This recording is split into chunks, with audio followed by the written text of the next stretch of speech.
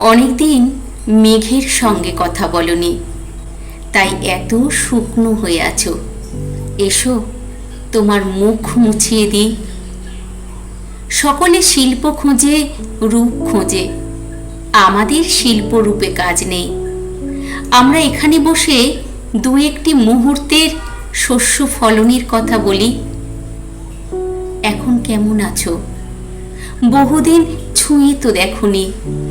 শুধু জেনে গেছি ফাটলে ফাটলে নীল ভগ্নাবশেষ জমে আছে। দেখো এই বীজগুলি, ভিখারির অধম ভিখারি।